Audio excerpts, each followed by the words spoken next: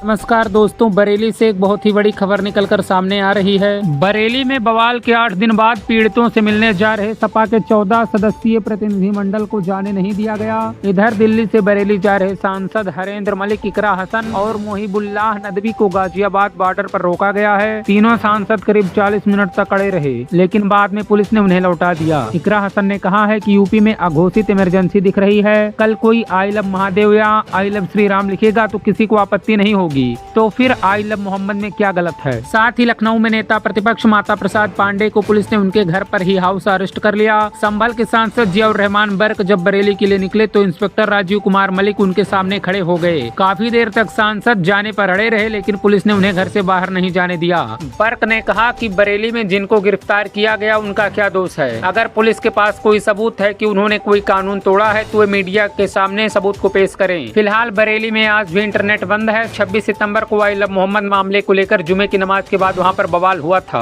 इस मामले में 81 लोगों को जेल भेजा जा चुका है। अब तक कुल 10 FIR दर्ज की गई हैं। 2500 उपद्रवियों में से 200 को नामजद किया गया है। पुलिस ने दावा किया था कि बरेली में बवाल की साजिश रची गई थी, जिसका मास्टरमाइंड मौलाना तौकीर रजा है। सपा के 14 सदस्यों के डेलीगेशन में आंवला से सपा सांसद नीरज मौर्य भी थे। वह पुलिस को चकमा देकर दोपहर को बरेली पहुँच गए। जैसे ही वे बरेली सर्किट हाउस पहुँचे, पुलिस ने उन्हें हिरासत में ले लिया।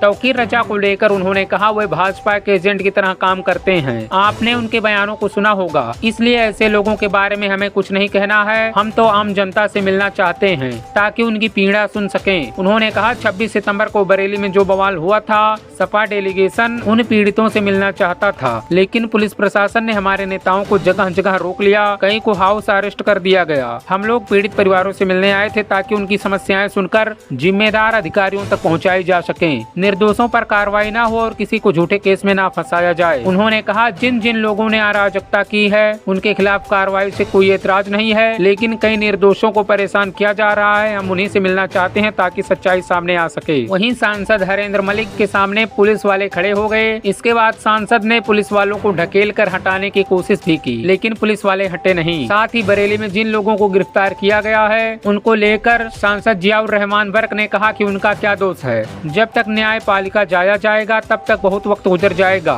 इतने लंबे समय तक वे बेगुनाह लोग जेल में क्यों रहेंगे। अगर पुलिस प्रशासन के पास कोई सबूत है कि उन्होंने कोई कानून तोड़ा है तो वे सोशल मीडिया या मीडिया में वह सबूत पेश क्यों नहीं करते। वहीं संभल सांसद बर्क को भी पुलिस ने बरेली जाने नहीं दिया। जब वह घर से निकले तो इंस्पेक्टर राजीव कुमार मलिक उनके सामने खड़े हो गए। काफी देर तक सांसद जाने पर अड़े रहे, लेकिन पुलिस ने उन्हें घर से बाहर नहीं जाने दिया। फिलहाल 3 थानों की पुलिस और PSC के जवान उनके घर पर तैनात किए गए हैं। गाजियाबाद पुलिस ने सपा डेलीगेशन के तीनों सांसदों को वापस दिल्ली भेज दिया है। ACP इंदिरापुरम अभिषेक श्रीवास्तव ने बताया, कानून व्यवस्था के चलते तीनों सांसदों को बरेली जाने की अनुमति नहीं दी गई है। गाजीपुर बॉर्डर से वापस दिल्ली की तरफ लौटा दिया गया है। वहीं सांसद इकरा हसन ने कहा, सपा का एक डेलीगेशन अलग अलग जगहों से बरेली की ओर जा रहा था। वहाँ पर जिस तरीके से एक कम्युनिटी को प्रताड़ित किया जा रहा है, उससे मिलने के लिए हम वहाँ जा रहे थे, लेकिन प्रशासन ने हम लोगों को रोक लिया। हम लोग उनसे मिलकर उनकी पीड़ा को समझना चाह रहे थे। लगभग 14-15 लोग अलग अलग जगहों से आ रहे थे, लेकिन प्रशासन सत्ता के दबाव में काम कर रहा है। साथ ही लखनऊ में उत्तर प्रदेश विधानसभा में विपक्ष के नेता और सपा नेता माता प्रसाद पांडे ने कहा, हमें जाने से रोका जा रहा है। उन्होंने कानून व्यवस्था की स्थिति खुद बिगाड़ी है। अगर 2 समुदायों में झड़प होती है तो मैं मान लेता कि कोई गंभीर घटना घटी है। स्थानीय लोगों ने बताया कि घटना के बाद बड़े पैमाने पर अन्याय हो रहा है। मुकदमा एक व्यक्ति पर लिखा जाता है और गिरफ्तारी 4 लोगों की होती है। वहाँ एक समुदाय बहुत डरा हुआ है और वो पुलिस प्रशासन से भयभीत है।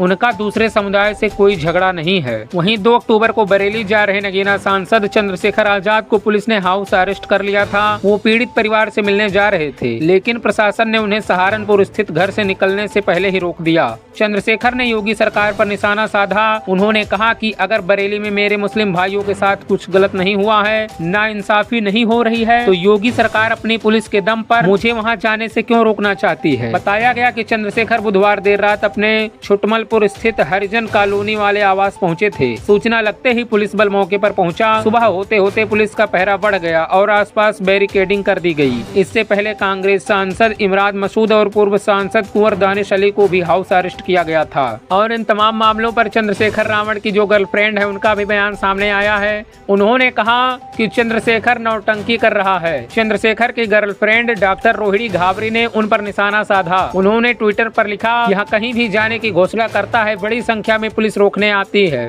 जैसे पता नहीं जाकर ऐसा वह क्या कर लेगा। फिर खूब फोटोज वायरल होते हैं कि दलित नेता को पीड़ितों से मिलने से रोका गया और हैशटैग रिलीज चंद्रशेखर शुरू हो जाते हैं। खूब खबरें बनना शुरू हो जाती हैं। पूरे दलित मुस्लिम समाज को मूर्ख बनाने के लिए यह पूरी स्क्रिप्ट दोहराई जाती है। बिना घटना स्थल पर जाए ही लोगों की सिंपैथी ले लेता है कि तुम्हारा नेता तुम्हारे लिए लड़ रहा है, लेकिन असल में यह सब प्रायोजित होता है। यह नौटंकी कर रहा है, इसको नेता बनाया गया है, सब मिले हुए होते हैं। मैंने यह सब बहुत बार देखा है। यह कहानी इसी ने मुझे बताई थी। नेताओं की नौटंकी का पर्दाफाश जरूरी है। रोहिणी ने चंद्रशेखर पर यौन शोषण के आरोप लगाए हैं। बीते दिनों उन्होंने खुदकुशी करने की भी धमकी दी थी। दोस्तों, ऐसे ही खबरों को देखने के लिए हमारे चैनल को जरूर सब्सक्राइब करें।